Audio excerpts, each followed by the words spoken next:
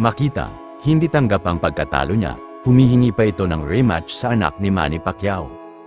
Please, Sir Manny, deep inside you know that your son didn't win. Make us fight again, 126 or 135, anywhere, in any place. I will him up, I promise that. Deep inside, I believe that I did great, at least even to secure a draw. Pero I lose unanimous decision after dropping him several times, no counting. Yeah. What the fuck is that?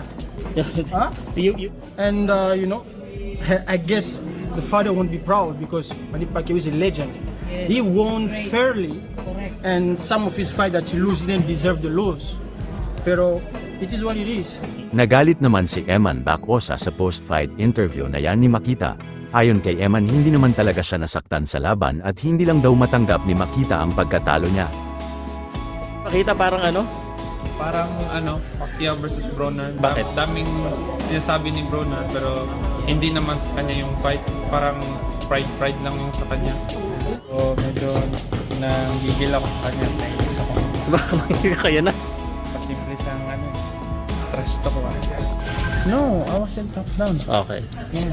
Pinili ko lang talaga na lumuhod para bitawan niya ako. Oh, lumuhod ako maraming beses pero ni isa, hindi niya talaga ako naglugi. Alam naman yan.